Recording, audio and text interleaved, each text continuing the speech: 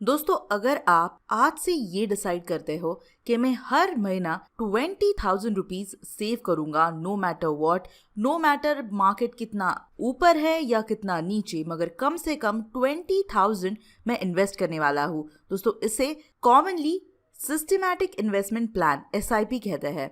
और अगर आप 12% का expected on an average return ले पाते हो तो एक साल में आपकी वेल्थ गेन 15,000 हो जाएगी। सेम कैलकुलेशन अगर आप 10 सालों के लिए इसे कंपाउंड होने के लिए रखते हो तो आपकी वेल्थ 20 लाख हो जाएगी। दोस्तों, जहां आप 24 लाख इन्वेस्ट करोगे वही आपको जो अमाउंट मिलनी चाहिए वो होगी 44 लाख। और दोस्तों, कैलकुलेशन अब मजेदार होने वाला है। अगर आप यही 20 ईयर के लिए कर पाते हो तो आपकी जो वेल्थ गेन होगी वो होगी 1,35 लाख, और जो अमाउंट आपको 20 सालों के बाद मिलेगी वो होगी 1,83 लाख। यही नहीं, आप ये इन्वेस्टमेंट 30 सालों के लिए करते रहते हो और आपको जो एक्सपेक्टेड रिटर्न है वो 12% ही मिलता रहता है। तो जरा ये ग्राफ देखिए, ये कितना बढ़िया तरीके से ग्रो हुआ है। और जहां आप 30 सालों में 72 लाख इन्वेस्ट करते हो, आपकी जो वेल्थ गेन है वो हो जाएगी 5,44 लाख, और कुल मिलाकर आपको 6,16 लाख मिल जाएंगे। इसीलिए दोस्तों, कंपाउंड इंटरेस्ट को Einstein 8th wonder of the world कहते हैं, और इनका ये कहना है कि जो इस कंपाउंड इंटरेस्ट को समझ पाता है वही कमा पाता है, और जो नहीं वो गवाता है। तो दोस्तों, इतनी बढ़िया पावर अगर कंपाउंड इंटरेस्ट की है तो ये मैटर नहीं करता कि आप कितना अर्न करते हो, चाहे आप जितना भी अर्न करें, मगर सेव करना बिल्कुल भी मत भूलिए। और दोस्तों, स्टॉक मार्केट को ट्रैक न करते हुए भी अगर आपको बहुत बढ़िया रिटर्न्स चाहिए तो आपको म्यूचुअल फंड्स में इन्वेस्ट करना चाहिए, जिसके चलते आज हम आपके लिए लाए हैं टॉप 5 म्यूचुअल फंड्स जो आपको बहुत बढ़िया रिटर्न्स लाके देंगे ताकि आप एक फॉर्चून कमा सके। मगर दोस्तों, इन टॉप फंड्स को डिस्कस करने से पहले अगर अभी तक आपने हमारे चैनल इन्वेस्ट टुडे को सब्सक्राइब नहीं किया है तो देर किस बात की, जल्दी से सब्सक्राइब कीजिए, क्योंकि हम आपके लिए स्टॉक मार्केट के वीडियो लाते ही है, मगर उसके साथ साथ म्यूचुअल फंड की सारी कैटेगरी के टॉप फंड्स भी कवर करते हैं। तो दोस्तों, आज इस वीडियो में हम मेजरली 4 कैटेगरीज कवर करेंगे, जिसमें से आपको बेस्ट से बेस्ट फंड्स मिल जाएंगे SIP के लिए। सबसे पहली कैटेगरी है लार्ज या मिड कैप फंड्स, दूसरी है मल्टी कैप या ELSS फंड्स, और तीसरी है इंटरनेशनल, और चौथी है इंडेक्स फंड्स। अब दोस्तों, सबसे पहले बात करते हैं लार्ज कैप म्यूचुअल फंड के बारे में। इसमें से सबसे बेस्ट और consistent mutual fund axis blue chip growth direct plan है। दोस्तों, अब ध्यान दीजिए कि किसी भी म्यूचुअल फंड को चूज करते वक्त आपको ग्रोथ और डायरेक्ट प्लान चूज करना है। ग्रोथ वो प्लान होता है जिसमें आपको डिविडेंड नहीं मिलता और आपकी डिविडेंड की अमाउंट ऑटोमेटिकली री इन्वेस्ट होती जाती है। वही डायरेक्ट वो प्लान होता है जिसमें आप डायरेक्टली म्यूचुअल हाउस को अपने पैसे देते हो और कोई मीडिएटर नहीं होता है जो बीच में कमीशन खाता है। तो always choose growth direct plan. अब दोस्तों, axis blue chip growth direct plan की हम अगर बात करें तो इसने 1 ईयर में 15.7% का रिटर्न, 3 इयर्स में 14.9% का रिटर्न और 5 ईयर में 16.1% का रिटर्न दिया है। अब दोस्तों, जब आप इन्वेस्टमेंट के बारे में सोचते हो तो आप सिर्फ 1 साल, 2 साल या फिर 3 साल के लिए नहीं सोचते, आप बहुत लॉन्ग टर्म के लिए सोचते हो, 5-10 सालों के लिए। इसीलिए ऐसा फंड चूज कीजिए जो बहुत बढ़िया रिटर्न्स नहीं मगर कंसिस्टेंट रिटर्न्स दे पाए। और ये 5 फंड्स जो आज हम डिस्कस करने वाले हैं उन्होंने ऐसे ही कंसिस्टेंटली परफॉर्म किया है। और दोस्तों, फंड को चूज करते वक्त आपको एक्सपेंस रेशियो के बारे में भी सोचना पड़ेगा, क्योंकि ये जैसे जैसे आपकी इन्वेस्टमेंट पीरियड बढ़ता जाता है वैसे वैसे वो अमाउंट भी बहुत बढ़ती है। इसीलिए जितना एक्सपेंस रेशियो कम उतना अच्छा होता है। और axis blue chip growth direct plan का एक्सपेंस रेशियो है 0.52%। अब दोस्तों, बात करते हैं axis mid cap growth direct plan की। ये अपने मिड कैप की कैटेगरी में बेस्ट फंड है जिसने 1 ईयर में 22.7% का रिटर्न दिया है, 3 इयर्स में 13.3% और 5 इयर्स में 15.7% का रिटर्न। दोस्तों, मिड कैप में लार्ज कैप के कंपैरिजन में ज्यादा रिस्क होता है, जिसके चलते ये ज्यादा रिटर्न्स भी देते हैं, मगर स्मॉल कैप में जो बहुत वोलेटिलिटी होती है वो इसमें नहीं होते, इसीलिए आप लार्ज कैप और मिड कैप में इन्वेस्ट करने के बारे में ज़रूर सोच सकते हो और इसका एक्सपेंस रेशियो है 0.55%। मगर दोस्तों, आपको अगर कोई टेंशन ही नहीं लेना है कि लार्ज कैप में इन्वेस्ट करे, मिड में करे या फिर स्मॉल में करे, तो आपको लेना चाहिए all in one multi cap, जिसमें आप आपके फंड मैनेजर को पूरा फ्रीडम देते हैं कि वो चाहे तो लार्ज में करे इन्वेस्ट या फिर मिड या फिर स्मॉल, और जैसे जैसे मार्केट कंडीशन चेंज होते जाते हैं वैसे वैसे ये इनके हिसाब से इन्वेस्ट करते जाते हैं। इसीलिए दोस्तों, अगर आपको लार्ज मिड इस फंदे में पड़ना ही नहीं है तो आपको इन्वेस्ट करना चाहिए एक मल्टी कैप फंड में। अब दोस्तों, इसमें भी दो टाइप के फंड होते हैं, एक तो होता है मल्टी कैप फंड और दूसरा होता है टैक्स सेवर। टैक्स सेवर में ये किसी भी फॉरेन कंपनीज में इन्वेस्ट नहीं कर सकते, इन्हें सिर्फ और सिर्फ इंडिया में ही इन्वेस्ट करना पड़ता है। मगर मल्टी कैप की कैटेगरी में ऐसा नहीं होता, ये चाहे तो फॉरेन में चाहे तो इंडिया में इन्वेस्ट कर सकते हैं, मगर 65% कम से कम इन्हें इंडियन कंपनीज में इन्वेस्ट करना पड़ता है। और दोस्तों, इस मल्टी कैप की कैटेगरी में हमने चुना है Parag Parekh long term equity growth direct plan. ये इस कैटेगरी में सबसे बढ़िया परफॉर्मेंस दे रहा है, और सिर्फ बढ़िया परफॉर्मेंस, रिटर्न्स नहीं मगर ये कंसिस्टेंट भी है। इसीलिए हमने Parag Parekh long term equity growth direct plan choose किया है, जिसने 1 ईयर में मार्वलस 30.2% के रिटर्न दिया है, 3 इयर्स में 14.6%, 5 इयर्स में 15.4% और इसका एक्सपेंस रेशियो 1.01% है। अब दोस्तों, जैसा हमने कहा कि ये फंड फॉरेन इन्वेस्टमेंट्स भी कर सकते हैं और इस समय इनकी लगभग 30% यूएस के कंपनीज में इन्वेस्टमेंट है, और मार्केट क्रैश के बाद यूएस ब्लू चिप कंपनीज है उन्होंने बहुत बढ़िया रिटर्न दिया है, जिसके चलते इनका जो रिटर्न है वो बहुत अच्छा है। इसके अलावा दोस्तों, Canara Robeco equity tax saver growth direct plan भी एक बहुत बढ़िया ऑप्शन है। इन्होंने ना सिर्फ रिटर्न्स अच्छे दिए हैं मगर ये स्टॉक कम वोलेटाइल है और कंसिस्टेंटली परफॉर्म करता है। इसने 1 ईयर में 23.3% का रिटर्न दिया है, 3 इयर्स में 12.8% और 5 इयर्स में 14.2% का रिटर्न दिया है, और इसका एक्सपेंस रेशियो 1.19% है। दोस्तों, अगर आपको टैक्स सेव करना है तो आप ELSS फंड को चूज कर सकते हैं, और म्यूचुअल फंड में ELSS ही ऐसी कैटेगरी है जिसको टैक्स का बेनिफिट मिलता है, और इसका लॉक इन पीरियड सबसे कम है। अगर आप बाकी के टैक्स बेनिफिट के प्लान्स देखोगे तो इनका लॉक इन पीरियड सिर्फ 3 इयर्स है, जिसके चलते ELSS म्यूचुअल फंड्स भी बहुत पॉपुलर हो रहे हैं, और आप इस फंड में इन्वेस्ट करने के बारे में जरूर सोच सकते हो। अब जी हाँ दोस्तों, आपको पराग पारेख लॉन्ग टर्म इक्विटी में फॉरेन कंपनीज में इन्वेस्ट करने का मौका जरूर मिलता है, मगर आपको अगर लगता है कि मुझे सिर्फ और सिर्फ यूएस या फिर एशिया के बाकी के जो कंट्रीज है उन कंट्रीज में इन्वेस्ट करना है, तो आपको इन्वेस्ट करना चाहिए एक इंटरनेशनल फंड में। और इस समय बेस्ट फंड जिसने बहुत बढ़िया परफॉर्मेंस दिया है, और सिर्फ बढ़िया परफॉर्मेंस नहीं मगर कंसिस्टेंट परफॉर्मेंस दिया है, वो है Franklin India feeder Franklin US opportunities growth direct plan.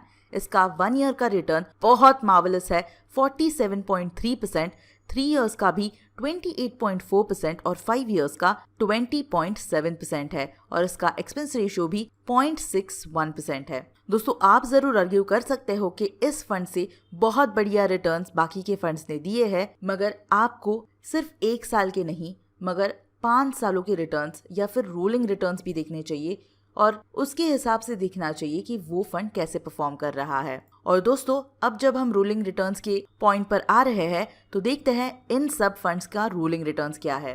दोस्तों, ये 3 ईयर के रोलिंग रिटर्न्स है, और आप यहाँ पर देख सकते हो कि ये जो ऑरेंज लाइन है वो है फ्रैंकलिन इंडिया यूएस अपॉर्चुनिटीज का फंड, और इन्होंने बाकी सारे म्यूचुअल फंड्स को बहुत ही बढ़िया तरीके से बीट किया है। और दोस्तों, जैसा हम हमेशा कहते हैं कि कम से कम आपको ऐसा फंड चूज करना चाहिए जो हमारे इंडेक्स निफ्टी 50 को बीट कर सके, और हमने जो इस वीडियो में 5 फंड्स कवर किए हैं, इन्होंने निफ्टी को बहुत बढ़िया तरीके से बीट किया है, जिसमें से सबसे बढ़िया performance of course Franklin India का ही है।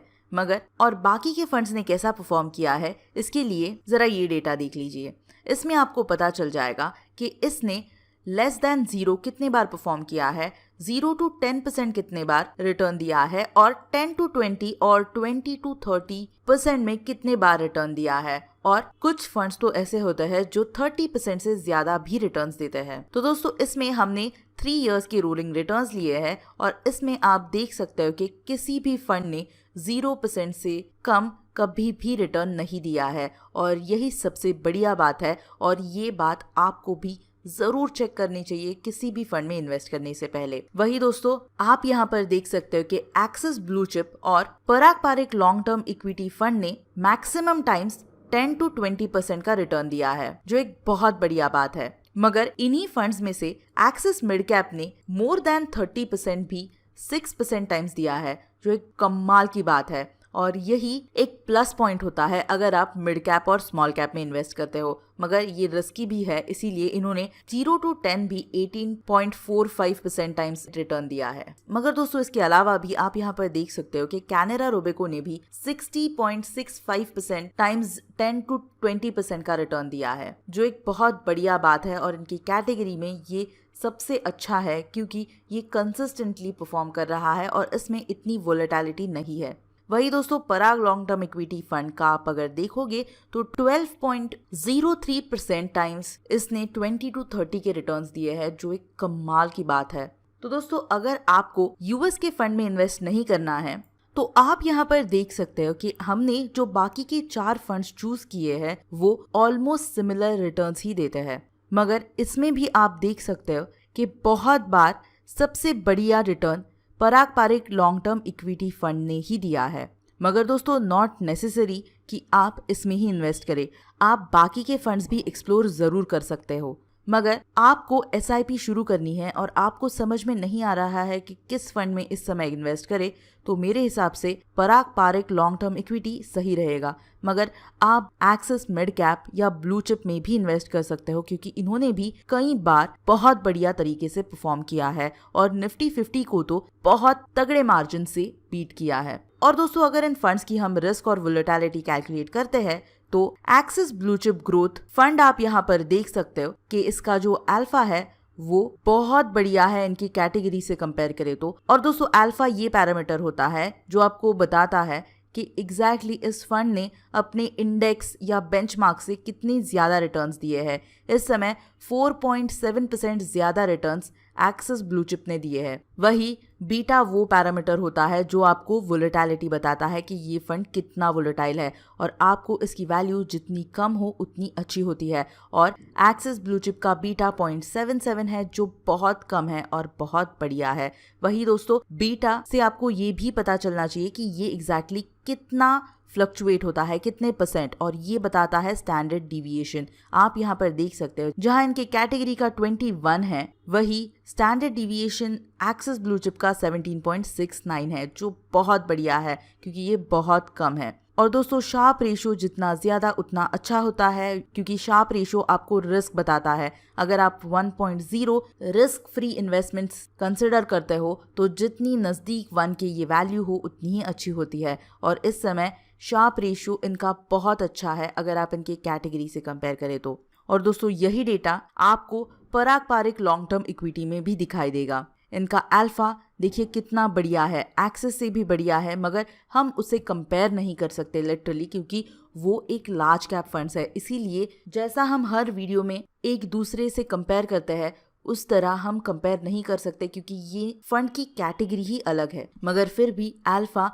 बहुत बढ़िया 7.29 है इनके कैटेगरी में सबसे बढ़िया। वही बीटा भी बहुत कम है अगर इनके कैटेगरी से कंपेयर करें तो। और शार्प रेशो भी बहुत ज्यादा 0.53 है, यानी ये बहुत स्मार्ट इन्वेस्टमेंट्स करते हैं। और स्टैंडर्ड डिविएशन 18.93 है, जो बहुत बढ़िया है। तो दोस्तों इन शॉर्ट आप यहाँ पर देख सकते हो कि पराग पारिक लॉन्ग टर्म इक्विटी में इनका अल्फा ज्यादा है 7.29, यानी ये रिटर्न्स बहुत बढ़िया देते हैं। और इनका शार्प रेशियो भी 0.53 है, यानी ये रिस्क फ्री या फिर हम कह सकते हैं स्मार्ट इन्वेस्टमेंट्स करते हैं। और दोस्तों यही इसकी खासियत है कि ये ऐसे फंड चूज करते हैं जो इस समय अंडर वैल्यूड होते हैं। और दोस्तों ये डेटा है एक्सिस मिड कैप का और इसमें भी आप देख सकते हो कि इसने तो बहुत बढ़िया तरीके से इंडेक्स को और इनकी कैटेगरी को बीट किया है रिटर्न्स के मामले में। इनका अल्फा 10.54 है और बीटा यानी वोलेटिलिटी भी कम होनी चाहिए जो है 0.74। दोस्तों इनकी कैटेगरी का 0.93 है मगर इनका बीटा भी कम है। और इनका जो शार्प रेशो है वो भी इनके कैटेगरी से बहुत ज्यादा है, यानी ये इन्वेस्टमेंट्स कम रिस्क वाले करता है जो बहुत बढ़िया है। और इनके कैटेगरी से स्टैंडर्ड डिविएशन भी कम है। ऑल इन ऑल दोस्तों, अगर आप थोड़ी ज्यादा रिस्क लेने के लिए तैयार हो तो आपको मिड कैप में इन्वेस्ट करना चाहिए, और मिड कैप की कैटेगरी में एक्सिस मिड कैप ही आपके लिए बहुत बढ़िया ऑप्शन होगा, ऐसे मुझे लगता है। वही दोस्तों, ELSS में Canara Robeco equity tax saver growth direct plan ने भी एक बहुत बढ़िया परफॉर्मेंस दिया है। इनका जो अल्फा है वो 3.40 है, वही इनके कैटेगरी में निगेटिव में परफॉर्म किया है, यानी ये इंडेक्स को भी नहीं बीट कर पाए हैं, जो एक बहुत बढ़िया बात है कैनेरा रोबेको की। वही इनका जो बीटा है वो बहुत कम होना चाहिए, मगर दोस्तों इनका बीटा थोड़ा ज्यादा है, कैटेगरी के नजदीक है। और इनका शार्प रेशो भी 0.36 है। अगर आप मल्टी कैप और लार्ज कैप से कंपेयर करोगे तो ये कम है, मगर फिर भी इनके कैटेगरी से बहुत अच्छा है। और इनका स्टैंडर्ड डिविएशन 20.69 है, जो इनकी कैटेगरी से कम है। ELSS फंड में दोस्तों आपके पास बहुत सारे ऑप्शंस है, मगर इस समय कैनेरा रोबेको इक्विटी बहुत बढ़िया ऑप्शन होगा। मगर अगर आपको इसमें इन्वेस्ट नहीं करना है तो पराग पारिक का भी एक टैक्स सेवर फंड आता है, उसमें आप इन्वेस्ट कर सकते हो। और अगर उसमें भी आपको नहीं करना है तो एक्सिस का लॉन्ग टर्म इक्विटी भी है, जो ELSS फंड है, और उसने भी अच्छा परफॉर्म किया है, मगर उन तीनों में से इसी ने सबसे बढ़िया परफॉर्म किया है। और दोस्तों, अगर आपको एक्टिव फंड के साथ साथ एक पैसिव फंड भी चाहिए जैसे इंडेक्स फंड, तो आप इन्वेस्ट कर सकते हैं इन 3 फंड्स में। दोस्तों, मेजरली आप अगर इंडिया में इन्वेस्ट करना चाहते हो तो आपके पास बहुत बढ़िया ऑप्शन निफ्टी 50 है और सेंसेक्स है। और इन दोनों के अलावा अगर आप यूएस के इंडेक्स में इन्वेस्ट करना चाहते हो तो नैस्डैक 100 भी बहुत बढ़िया ऑप्शन है। और इन फंड्स का सबसे प्लस पॉइंट होता है इनका एक्सपेंस रेशियो, ये बहुत कम होता है एक्टिव फंड्स के कंपैरिजन में, क्योंकि ये एक कंप्यूटराइज्ड फंड होता है, यानी कोई भी फंड मैनेजर इसे मैनेज नहीं करता, जिसके चलते इनका एक्सपेंस रेशियो बहुत कम होता है। और इनके रिटर्न्स भी आप अगर देखोगे तो HDFC के निफ्टी 50 के प्लान ने 1 ईयर में 10.1% का रिटर्न दिया है, 3 इयर्स में 9.7% और 5 इयर्स में 12.6% का रिटर्न दिया है। वही ICICI prudential Sensex growth direct plan ने 12% का रिटर्न दिया है 1 साल में, 3 सालों में 11.6% और 5 सालों का डेटा अवेलेबल नहीं है। और दोस्तों, निफ्टी 50 और सेंसेक्स में आप किसी भी फंड हाउस का प्लान ले सकते हो, मगर सिर्फ ये ध्यान रखिए कि इनका एक्सपेंस रेशियो हो सबसे कम। मगर दोस्तों, जैसे निफ्टी 50 और सेंसेक्स में आपको बहुत सारे ऑप्शंस मिलेंगे, वैसे नैस्डैक 100 में इस समय कोई भी ऑप्शन नहीं है। आपको इन्वेस्ट करना पड़ेगा Motilal Oswal Nasdaq 100 fund of fund growth direct plan में, जिसमें आपको ये बात पता होनी चाहिए कि इनका जो एक्सपेंस रेशियो है